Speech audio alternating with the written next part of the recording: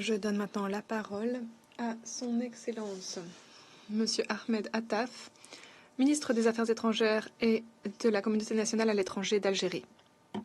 Je vous remercie.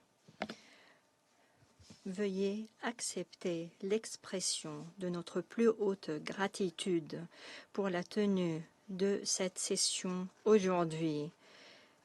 C'est une session que nous estimons constituera la bonne étape dans la bonne direction.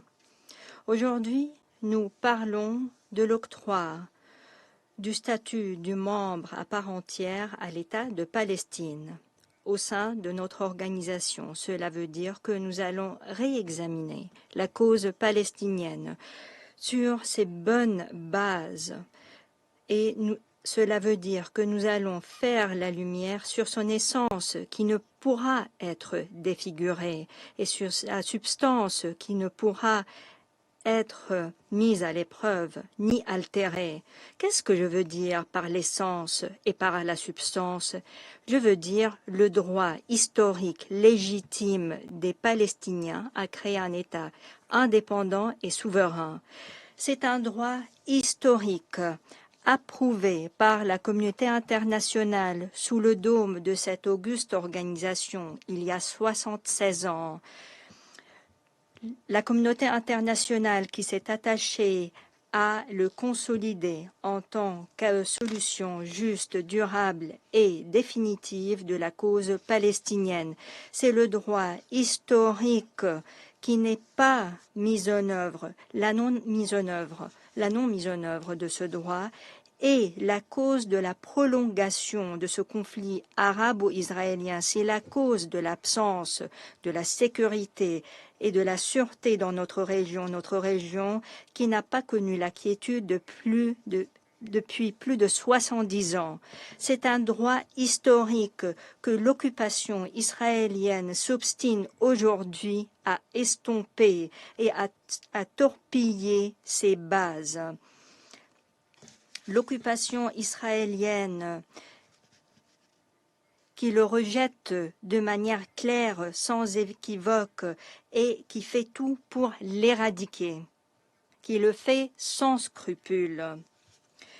Gaza, avec sa résistance, a révélé au grand jour les desseins de l'occupation israélienne, tous ces desseins, qu'ils soient visibles ou non, et ce, pour liquider la cause palestinienne et mettre à mal le projet national relatif à cette cause palestinienne. Nul n'ignore que la guerre génocidaire en cours à Gaza et que l'asphyxie imposée à la Cisjordanie et que les politiques de colonisation et d'annexion des territoires palestiniens ainsi que la judaïsation de Jérusalem occupée et que la campagne de déplacement forcé des Palestiniens se poursuivent, sans oublier ce que l'on appelle les arrangements israéliens de l'après-guerre à Gaza.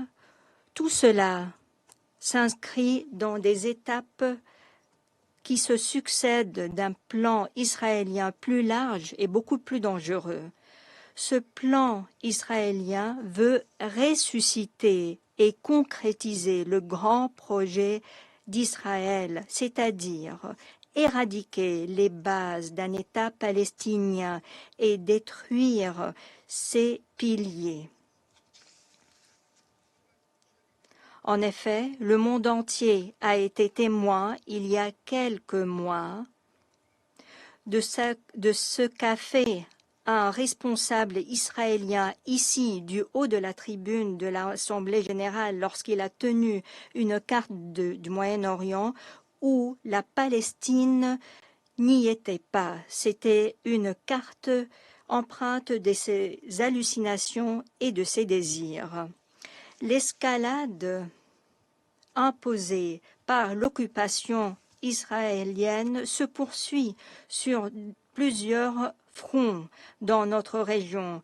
L'objectif de cette escalade est désormais clair, à savoir détourner l'attention de la communauté internationale de la cause palestinienne et essayer de créer des conflits régionaux nouveaux où se dissiperaient petit à petit les droits des Palestiniens, où s'éteindra la flamme de la cause palestinienne.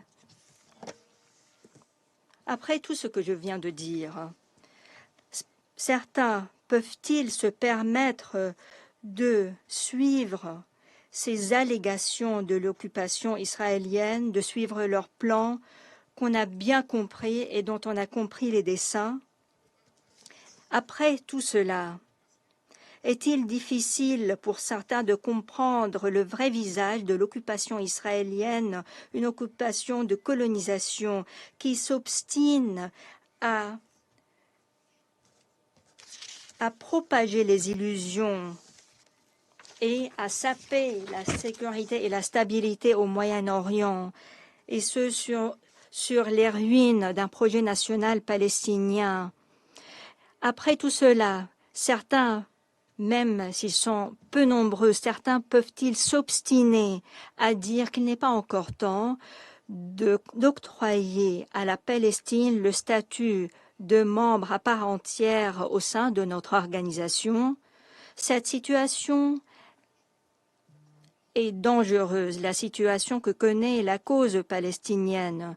Ce Conseil a une responsabilité historique, une responsabilité déterminante, une responsabilité décisive, une responsabilité essentielle, à savoir la responsabilité d'agir immédiatement pour imposer la solution à deux États et sauvegarder les socles de la création d'un État palestinien. La solution à deux États connaît un danger imminent et mortel. Je répète, la solution à deux États connaît un danger mortel. Il faut sauver cette solution avant qu'il ne soit trop tard. Cela passe par l'octroi du statut de membre à part entière à l'État de Palestine, et ce pour sauvegarder la paix, sauvegarder la stabilité, sauvegarder la sécurité au Moyen-Orient dans son ensemble. Toute tergiversation ou toute hésitation aura des conséquences désastreuses et signifierait une carte blanche ou un feu vert donné à l'occupation israélienne pour continuer ses plans, c'est-à-dire le vol, les pillages, l'expansion d'une part et l'extrémisme et l'obstination de l'autre part. À cet égard, l'Algérie a eu l'honneur d'être le pays hôte de la déclaration de la création d'un État palestinien le 15 novembre 1988. Nous avons également eu l'honneur d'être le premier pays à reconnaître l'État palestinien de manière officielle. Dans le droit fil de cet héritage historique dont nous sommes très fiers, le président de la République, M. Abdelmejid Tebboune, du haut de la tribune de l'Assemblée générale, lors de sa dernière séance, il a appelé à accélérer le processus d'octroi du statut de membre à part entière à l'État de Palestine au sein de notre organisation. Mon pays a vite présenté un projet de résolution à cet auguste conseil, et ce en coordination de manière pleine et entière avec nos frères palestiniens et nos frères et sœurs arabes, et ce aussi en travaillant avec les différents groupes régionaux qui sont en faveur de la cause palestinienne, c'est-à-dire la Ligue des États arabes, l'Organisation de la coopération islamique, le Mouvement des pays non alignés et l'Union africaine. Le moment est venu pour assumer nos responsabilités, pour assumer nos devoirs, sans hésitation et sans mesures prises pour se dérober à nos responsabilités. Il faut qu'on tienne nos promesses. C'est pour cela que nous exhortons tous les membres de cet auguste Conseil à soutenir nos efforts, et ce, grâce à leur voix précieuse en faveur de l'octroi du statut de membre à part entière à l'État palestinien.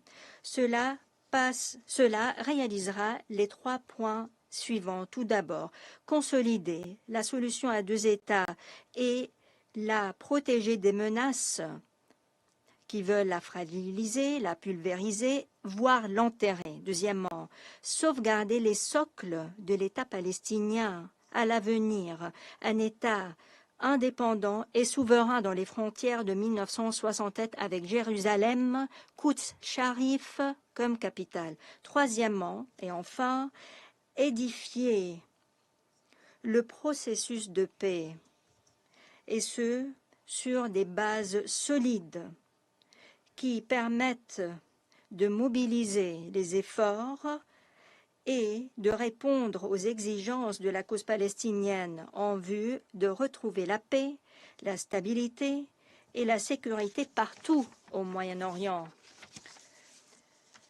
Nul n'ignore qu'une telle étape est une étape très très simple.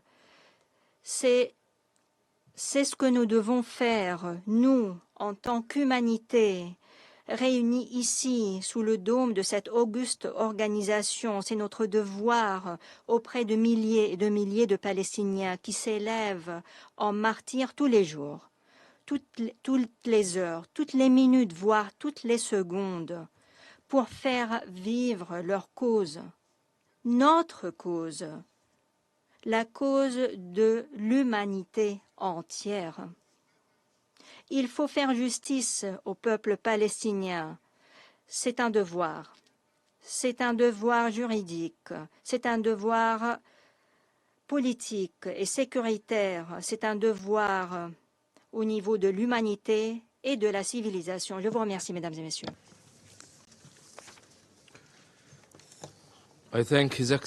Je remercie son Excellence, Monsieur Attaf, de sa déclaration et je